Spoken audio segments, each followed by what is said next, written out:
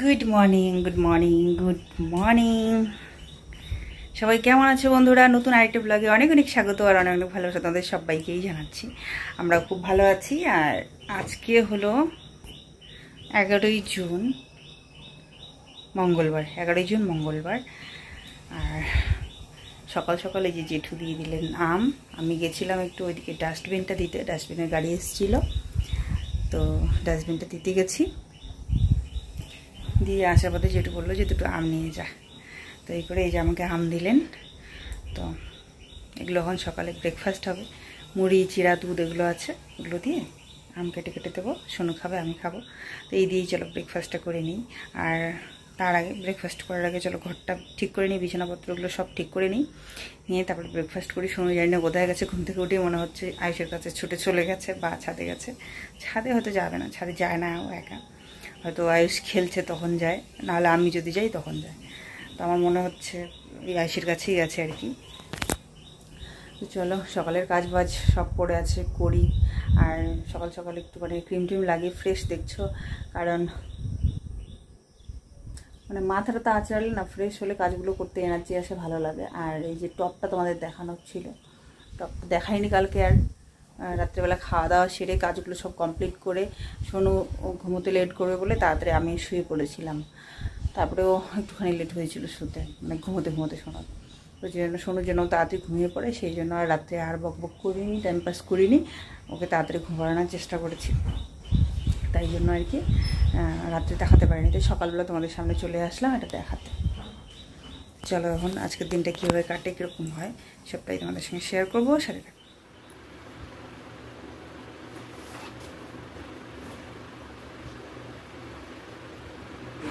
আমগুলো ধুয়ে রেখে দিলাম, বেশ আমগুলো খুব একটা পোকা নেই, সুন্দর একদম বড় বড় হলুদ টুকটুকে, ভালো লাগে দেখতে। তো যাই হোক ওগুলো ধুয়ে রেখে দিলাম, পরে ব্রেকফাস্টে খাবো এখন। আর এখন বিছানাপত্রগুলো ঠিকঠাক করে নেই, মশারি টাঙানো হয়েছিল ওই যে ওটা খুলে রেখেছি অর্ধেক মতো, আর এখন ঠিক করে নেব। ঘর দুয়ারগুলো ঠিক না করলে কিছুই ভালো লাগে না, ঘরে কোনো কাজ করতেই ভালো লাগে না, অলস অলস একটা ভাব লাগে। তো যতক্ষণ না ফিটফাট করে এটা গুছানো হবে ততক্ষণ কিন্তু মানে এনার্জিটা যেন আসে না আর কি যে কোনো কাজ করতে। তো যখন বিছানাটা ঠিকঠাক করে গুছাবো, ঘরটা ঠিক করে গুছাবো, তখন মানে বাকি কাজগুলো কিন্তু এনার্জির সাথে করা যায়। তো চলো গুছিয়ে নিচ্ছি, গুছিয়েও নিলাম। আর সোনু ওই সময় একটা কী যেন হ্যাঁ মনে পড়েছে, সোনু পাপা কল করেছিল, তো সোনু ফোনটা খুলে আমাকে দিল যে মামা দেখো কল করেছে। আর এই যে শ্যুট করার সময় একদমই টের পাওয়া যায় না যে কেউ কল করেছে, কোনো আওয়াজই আসে না। তো যেই জন্য আমি আমার কাজ করছি, এদিকে সোনু এদিক দিয়ে আসছিলো বলে ও দেখতে পেলো। তো তারপরে খুলে যে কথা বলা হলো, কথা বলে আবার যে সেট করেছি, তখন ভুলেই গেছি যে মানে বাকি শ্যুটটা আর ভুলেই গেছি যে এখন বাকি কাজটা যে করছি সেটা দেখাবো, সেটা ভুলে গেছি। তো যাই হোক বিছানা আমার গুছিয়ে নেওয়া হয়ে গেছে। আর এবারে ঘরটার ঝাড়ু দিয়ে ওকে ব্রেকফাস্টটা দিয়ে দেবো। ঘরটা ঝাড়ু দিলে পরে এখানে বসেও খেতে পারবে এখন। আর ওই ঘরে আজকাল খুব একটা খাচ্ছি না, শোয়ার ঘরেই খাচ্ছি। কারণ কি বলো তো, কারণ এই যে ফ্যানটা এখানে নিয়ে এসেছি, আর এটাকে ধরে বারবার এদিক সেদিক, ওখানে আবার চেয়ারগুলোর ভিতরে ঢুকিয়ে দিতে হয়, ভীষণ অসুবিধা হয় আর কি। চেয়ারের উপর দিয়ে এত বড় একটা স্ট্যান্ড ফ্যান বারবার বের করা, রাত্রে করে বের করা, আবার দিনের বেলা নিয়ে ওখানে রাখা ভালোই লাগে না। তো সেই কারণে এইখানে বসেই খাই আমরা এখন। তাতে করে এই যে সিলিং ফ্যানটা দিয়েই আর কি আমাদের হয়ে যায় দিনের বেলা এখানে বসে খাওয়ার সময়। আর ওখানটায় ডাইনিং টেবিলে বসে খেতে গেলে মানে হাওয়া ছাড়া গরম লাগে আর কি। সকালবেলা থেকেই তো আজকাল গরম লাগা শুরু হয়ে যায়, বলো, প্রচণ্ড গরম পড়েছে আজকাল। মানে যদি মেঘলা আকাশও থাকে তারপরেও গরম লাগে। তো সেই কারণে এখানে বসে বসে আমরা ব্রেকফাস্ট করি, এখানে এই দুপুরবেলাও খাই ফ্যানের তলায়। আর ফ্যানটাকে নিয়ে টানাটানি করি না, খাওয়ার পরে ঘরটা একটু মুছে নিলেই ব্যাস হয়ে যায়। তো এখানটায় আমি রেডি করছি চিড়া মুড়ি দুধ, আর তার সাথে আম কেটে রেখেছি। আম এখানে সোনুই কেটে রেখেছে আজকে, ও মানে একটু শিখেছে কাটাকাটি, তো আমি ওকে মানা করি, তারপরে ও শোনে না। ধুয়ে রেখেছিলাম, ও নিয়ে এসে কাটা শুরু করে দিয়েছে। তো একটা আম মিষ্টি ছিল আর একটা একটু টক ছিল বলে ও বলছে ওই চিড়ামুড়িতে আম দেবেই না। তো তবুও দেখো আমি একটুখানি দিয়েছি। আমি আবার টেস্ট করে দেখলাম ওই আমটা ভালো ছিল, আর একটা আবার সত্যি একটু টক ছিল, সেটা আমি পরে খেয়ে টের পেয়েছি। তো প্রথমে ওর কথা বিশ্বাস করছিলাম না, যেহেতু আমগুলো মিষ্টি। তো একটা আবার ব্যতিক্রম কি করে হয়েছে জানি না, একটু টক লেগেছে, তো এই জন্যই ও দিতে দিচ্ছিল না। তো যাই হোক, যেটা মিষ্টি ছিল ওটা মোটামুটি ও খেয়েছে, আর একটা পিস ছিল ওইটাই হয়তো আমি পেয়েছি। তো ওটা একটু খেয়ে একটু আবার ওখানে মিক্স করে নিয়েছি, নিয়ে এই যে দুধ মুড়ি চিড়া কলা কলা বলে আম সব কিছু মেখে নিয়েছি সুন্দর করে মেখে ওকে বলছি খাও, কিন্তু একদম ইন্টারেস্ট নেই এগুলো খাওয়ার প্রতি, একদম বাবার মতো হয়েছে। মানে বাকি অন্যান্য খাবারের থেকেও ভাতটাই বেশি পছন্দের। তো যে কারণে ও বলছে আমি ভাত খাবো, ভাত আছে কালকের, আবার ভাত আছে, মাংসর তরকারি আছে, তো সেই জন্য ও বলছে আমি ওটাই খাবো। আমি বলি ঠিক আছে খাও। দেখো ও আমার অপেক্ষা না করে নিজেই গিয়ে ভাতটা নিয়ে আসবে, নিয়ে এসে খাওয়া শুরু করবে। তো আমি যেহেতু মাখলাম হাতটা এঁটো হয়ে গেছে, তো বলছি ওকে একটুখানি খাও তারপরে ভাত দিচ্ছি। ও আমার কথা না শুনে ওইদিকেই চলে গেল। আমি তো তোমাদের সঙ্গে কথা বলছি, আমি টের পাইনি ও ভাত নিয়ে এসে খাওয়া শুরু করে দেবে।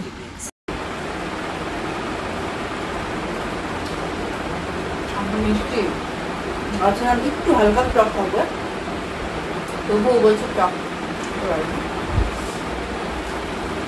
মানে ওর একদম ল্যাংড়া আমগুলো আছে না, শুধু মিষ্টি লাগে, ওরকমটাও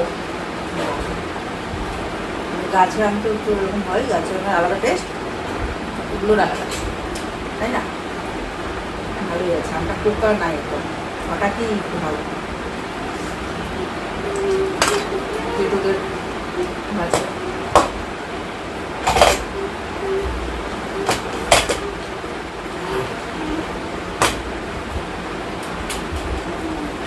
খায় শুধু লাগলে ভালো লাগবে,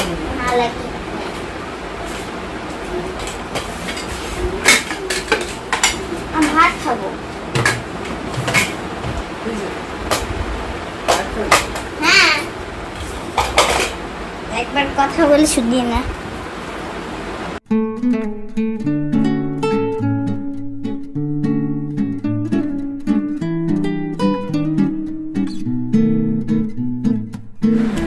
তো খাচ্ছে দিকে ভাত, মাংস ভাত, আর এদিকে আমি আম দুধ দিয়ে চিড়ামুড়ি খাচ্ছি। তো এই যে দেখো জেঠিমা আবার আম মাখা দিয়ে গেলেন, এক থালা আম মেখেছেন। তো পাশে করে দিদি আমাকে দিয়ে সবাই মিলে ভাগ করে আর কি খাওয়া হচ্ছে। তো চলো সুন্দর আমি এটা খাই। দিতে হবে, ফেলো না কিন্তু বিছানায়, ওটাই কাঁচা লঙ্কা পাতা নয়। শুয়ে করছিলাম edit.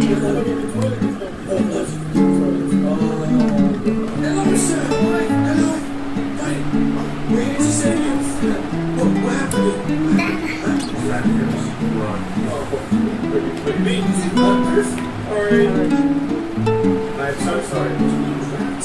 Oh, don't you worry, buddy. We're gonna get you out.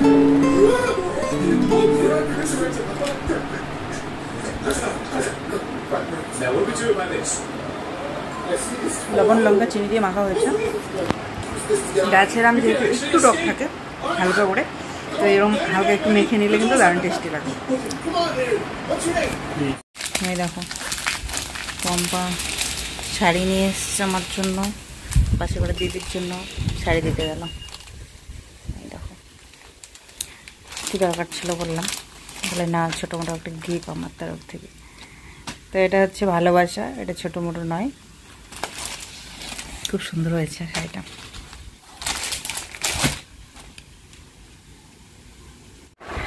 অনেকদিন পর পম্পার সঙ্গে দেখা, দেখো কালকেও এসেছিলো আমাদের ঘরে, কথা হয়েছিল।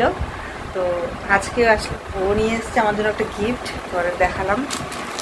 তো এই যে দেখো শাড়ি নিয়ে এসছে একটা, আমার জন্য খুব সুন্দর হয়েছে শাড়িটা, মেরুন কালারের মধ্যে আর হলুদ আছে, তো খুব সুন্দর হয়েছে। ওকে বললাম কী দরকার ছিল, তাও বলছে নাও। তো অনেকদিন পর তোমাকে সবাই চেনে, মানে আমার আত্মীয় স্বজন সবাই বলে কি পম্পা কোথায় বিয়ে হয়েছে কি এরকম, বলি বাবা এমনভাবে নামটা বলে মনে হয় চিনে ওরা। হ্যাঁ আসলে ওই যে ভিডিও দেখতে দেখতে এরকম হয়ে গেছে, ও একটা আমাদের পরিবারের সদস্য হয়ে গেছে, মানে চেনা পরিচিত একজন কেউ হয়ে গেছে, আপন কেউ হয়ে গেছে, এরকম আর কি একটা ব্যাপার সবার কাছে। সবাই আমাকে আমাদের আত্মীয়গুলো বলে ও পম্পা কেমন আছে, পম্পা কি কোথায় বিয়েছে এরকম বলে। তুমি আরে বাবা এদেরকে কোনোদিন বলিনি ওর সামনে, আসলে ওটা ভিডিও দেখে আর এইভাবে বলে, মনে হয় যে কতদিন থেকে যেন চেনা জানা কথা বলা এরকম। তো যাই হোক ভালোই লাগে।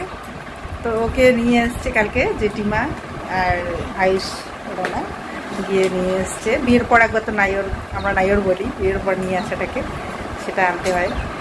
তো থাকবে তাকে উৎপাদ থাকে, যতদিন পারবে আর কি, যতদিন পারবে থাকবে, ভালো লাগবে। দেখা হবে আরও। বসো চা করি। এসো তাহলে পরে, হ্যাঁ আবার দেখা হবে। আর কালকে থেকে হাওয়া আসছে, এত সুন্দর হাওয়া, আমি কি বলবো। প্রচণ্ড গরম এই কদিন ধরে, গরমে থাকা যাচ্ছিল না। আর কালকে হঠাৎ করে রাত্রে এত সুন্দর হাওয়া আসছে, জানালা খুলে একটা পাল্লা খুলেই আমি ঘুমিয়ে পড়েছি, শুয়েছি। এত সুন্দর হাওয়া আসছিলো, মাঝখানে আমি ফ্যানও বন্ধ করে দিয়েছি, নাহলে তো শুরুর দিকে সন্ধ্যার দিকে দুটো ফ্যান আমি চালু করে দিয়ে শুয়েছিলাম।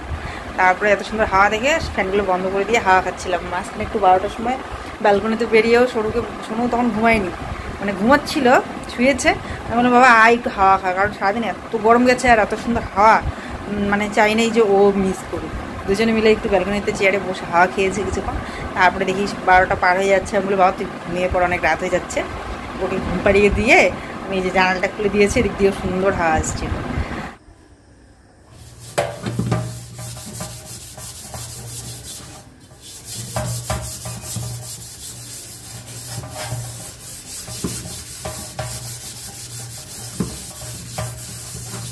ফিরে আসলাম অনেকক্ষণ পর সন্ধেবেলার দিকে। তো খাওয়া দাওয়া করে একটুখানি শুয়েছিলাম। বাসনগুলো ধোয়া হয়নি আজকে, সাথে সাথেই ধুয়ে রাখি যদিও, তা আজকে ধোয়া হয়নি।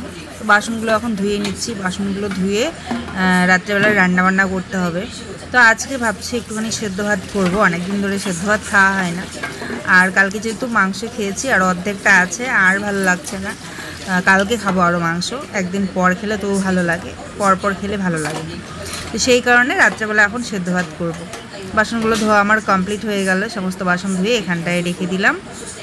আর তারপরে এই যে বেসিনের নিচটা মুছে টুচে পরিষ্কার করে রান্নাটা শুরু করব।